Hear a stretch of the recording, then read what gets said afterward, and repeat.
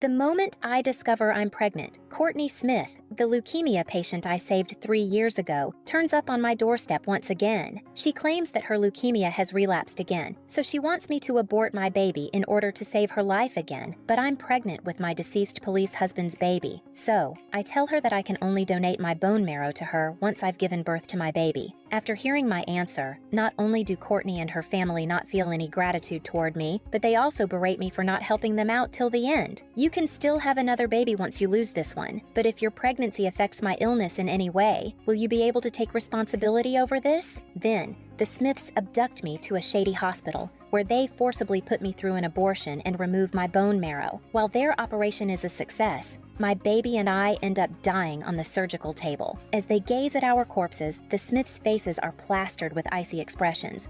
Don't blame us for what we did. If you were the one with leukemia, we'd still make Court donate her bone marrow to you. One's life is determined by fate. If you can't survive, that just means you're fated to die. When I open my eyes again, I've returned to the time frame 3 days before Courtney finds out about her leukemia relapse. In my past life, I had anonymously donated my bone marrow to save a leukemia patient. I had thought that we would never cross paths again. What I never expected was that 3 years later, Courtney Smith's leukemia had relapsed. Even worse, her family bribed their way through hospital connections and tracked down my home address. Courtney dropped to her knees in front of me, crying as she begged me to donate my bone marrow again. "You saved my life 3 years ago. Why can't you just see this through?"